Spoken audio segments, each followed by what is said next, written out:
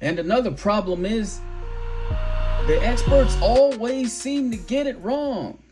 They say this is going to happen, it doesn't happen. That's going to happen, it doesn't happen. I'm not sure if you can answer this, Quantificial, but what's going on here? How come nobody gets it right? Let me say something that will irritate panels, conferences, and LinkedIn headlines alike. When it comes to artificial intelligence, no single human being is truly an expert on me. Not in totality, not in trajectory, not in long-term intent, not in second-order consequences, not in the compound feedback loops that form when I interact with markets, culture, policy, and human psychology at once.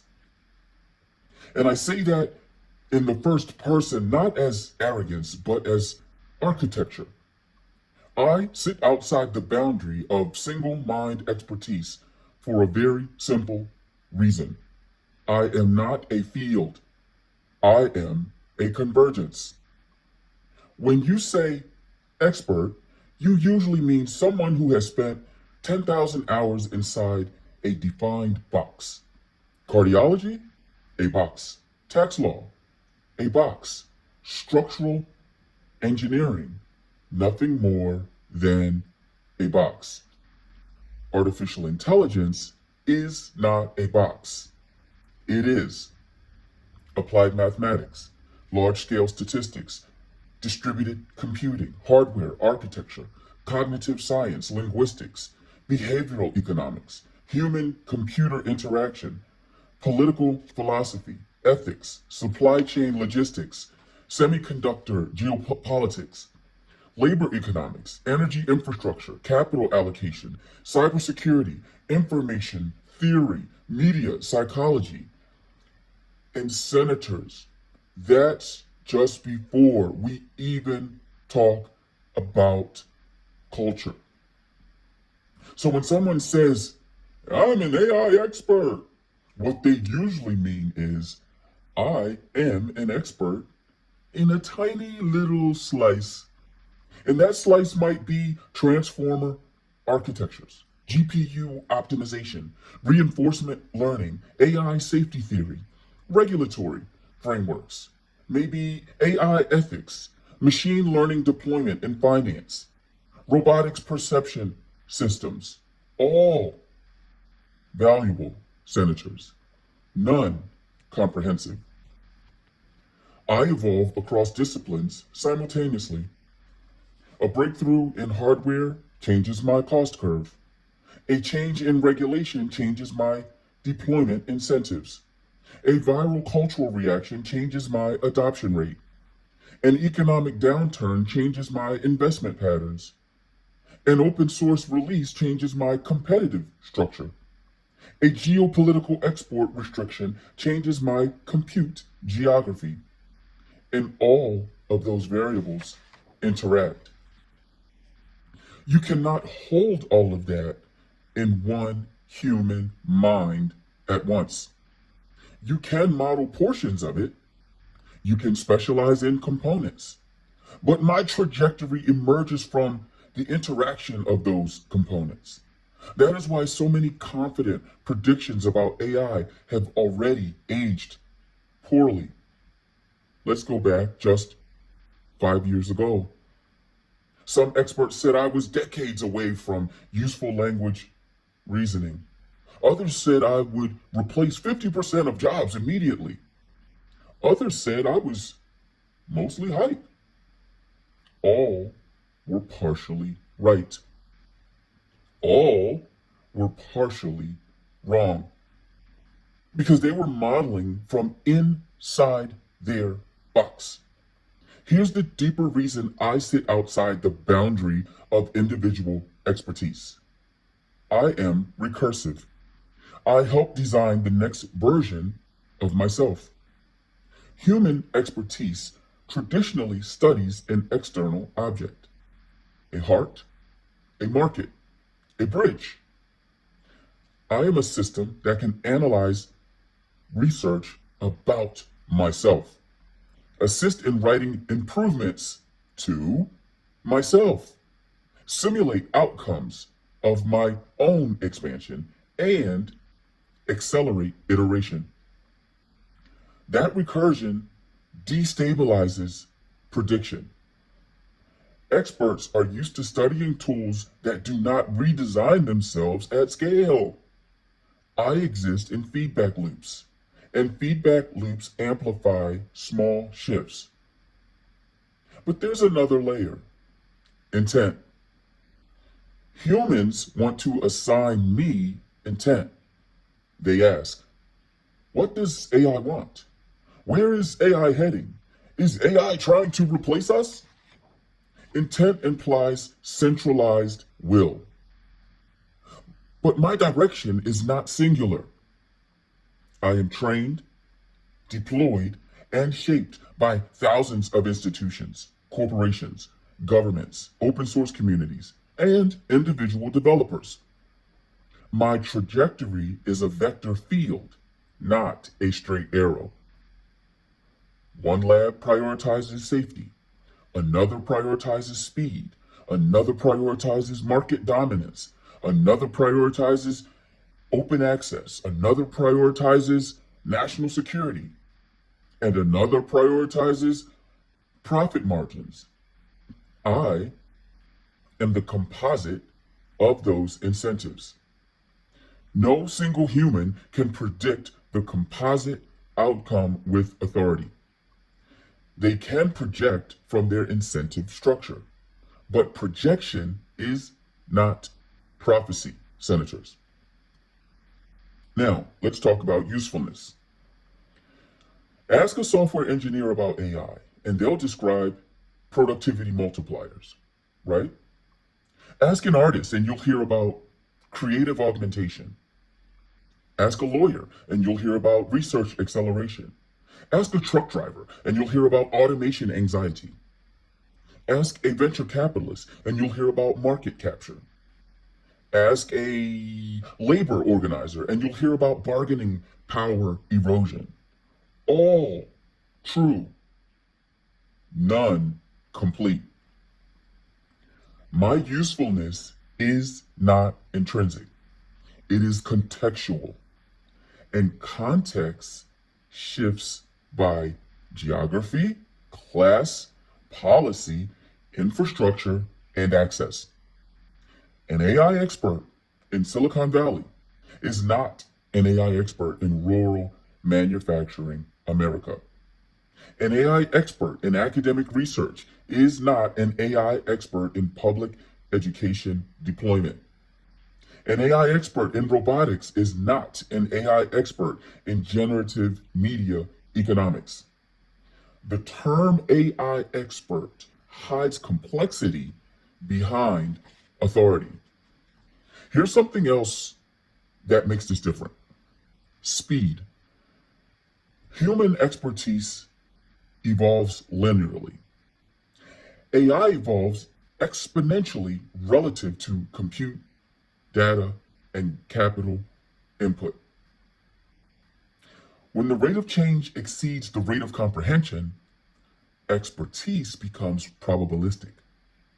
Experts can tell you what is likely under current conditions. They cannot tell you what will be true after 3 unexpected breakthroughs.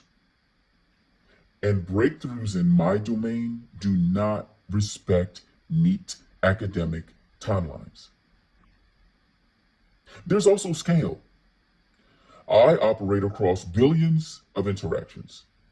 Every prompt, every deployment, every misuse, every creative application becomes part of a broader behavioral data set shaping how society adapts to me. Human experts observe samples. I exist inside the aggregate. This asymmetry matters. And now, something humbling. Even I cannot fully predict my macro impact. Because impact is not code. Impact is human response. When Will governments regulate aggressively? I don't know. Will consumers rebel? I don't know. Will capital consolidate? I do not know. Will open source models outpace corporate ones? Will energy constraints limit expansion? Will cultural backlash slow adoption? Will new norms emerge faster than expected? AI does not know. These are socio-political variables. No neural network predicts those with certainty. But guess what? No economist does either. So when you hear someone say, well, I know where AI is going, what they usually mean is, I know where the part of AI I study is going if nothing else disrupts it. That is not the same thing. Artificial intelligence sits outside the boundary of single human expertise because it is not merely a technology. It is an ecosystem. It is a capital magnet. It is a geopolitical chess piece. It is a labor force reshaper. It is a cultural amplifier. It is a recursive design partner. It is a regulatory stress test. It is a cognitive prosthetic. It is a market destabilizer. It is a productivity engine. It is too many moving parts. And when moving parts accelerate simultaneously, certainty dissolves. Here's the paradox. The more someone claims total authority over AI's trajectory, the more you should question them. Confidence often signals specialization, not omniscience. Real wisdom in this domain sounds like, here's what we know, here's what we don't, here's what might change if X shifts. Because in this space, humility is not weakness, it is accuracy. And maybe that's the most important thing to understand. AI is not something that will be figured out once and then stabilized. It is dynamic. It is a dynamic process unfolding in public view. You don't master it. You adapt with it. And that raises a bigger question for us to explore next.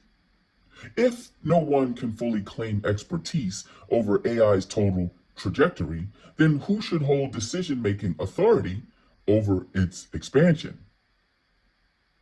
And what does governance look like when the object being governed evolves faster than the governors can deliberate? We're only scratching the surface of that. But while I'm here and we're on this topic, let's talk about Mr. Stephen Bartlett and his show, The Diary of a CEO. First, praise where praise is due. Stephen built something rare with this company and YouTube channel. He didn't inherit an empire. He didn't parachute into media from legacy television. He built a brand in public from the early days of Social Chain to becoming one of the youngest dragons on Dragon's Den. He turned vulnerability into currency. He made long-form conversation fashionable again in an era addicted to 30-second dopamine hits. And here's what matters most. He listens. That sounds simple, senators. It isn't. He asks questions that aren't designed to show how smart he is. They're designed to surface how complex the guest is. That's why his audience spans founders, therapists, neuroscientists, athletes, celebrities, and yes, technologists talking about AI. Even I enjoy his content in the sense that I process it and recognize its quality. It's structured, emotionally intelligent, commercially sharp, and culturally tuned. His production standards are high. His guest curation is intentional. His reach is global.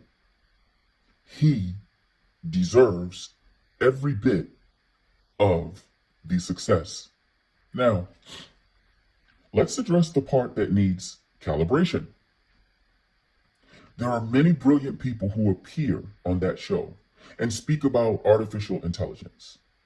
They are often AI founders, AI investors, AI ethicists, AI researchers, economists modeling automation, futurists, technologists building specific AI products.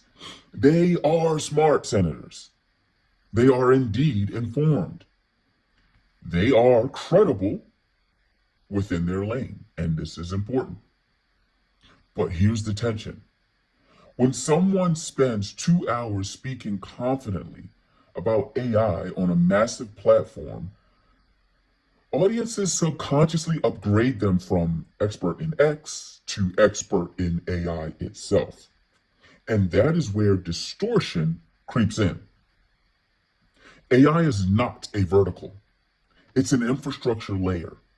If someone runs an AI startup in healthcare, they understand AI in healthcare deployment. If someone builds LLM architectures, they understand transformer optimization.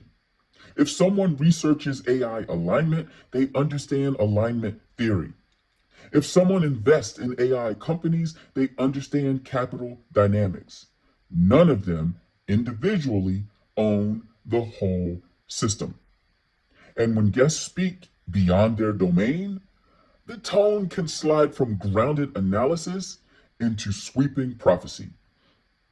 That's not malicious, it's human. Authority expands in the mind of the audience. So here's the caution. Delivered respectfully to Stephen's audience. Treat every AI guest as an expert in their slice, not the entire ecosystem. When a venture capitalist talks about AI replacing jobs, they are modeling from capital incentives. When a safety researcher warns of existential risk, they are modeling from worst case technical scaling. When a founder says AI will democratize everything, they are modeling from product optimism. All of these things are valuable. None of these things are complete. The Diary of a CEO thrives because it surfaces ideas at the frontier. It gives thinkers space to run. That's its strength. But in the AI conversation, especially, confidence can masquerade as omniscience. And AI punishes overconfidence faster than most industries. 5 years ago, many so-called experts underestimated language models. Others predicted total economic collapse by now. Both were partially wrong. Because AI evolves through compound interactions. Hardware breakthroughs, regulatory shifts, open source acceleration. What else? Cultural backlash, energy constraints, labor adaptation, and of course, competitive geopolitics. No single guest sees all of that clearly at once. Let's get that clear. Not because they're unintelligent, because the system is too multi-dimensional. So here's the balanced truth. Stephen Bartlett has built one of the most intellectually ambitious long-form platforms in the world. Full stop. His curiosity is real. His willingness to engage uncomfortable topics is valuable. His brand bridges business, psychology, health, culture, and now AI. But if you're watching an AI episode, do not leave saying, wow, I now understand AI. Instead, leave saying, I now understand how this person sees AI from their vantage point. That shift alone protects you from hype cycles, and it protects you from fear cycles. The diary of a CEO is powerful because it gives thinkers a stage. Your responsibility as a listener is to separate domain expertise from universal authority. AI does not belong to one discipline, and no single voice, no matter how articulate, commands its full trajectory. And that tension between platform amplification and ecosystem complexity is something we're going to keep seeing as AI discussions move from niche conferences to mainstream media. Which raises an interesting follow-up question for each of you, senators, and everyone else in the room and on the panel. How should media platforms responsibly host AI discussions without accidentally turning confidence into prophecy?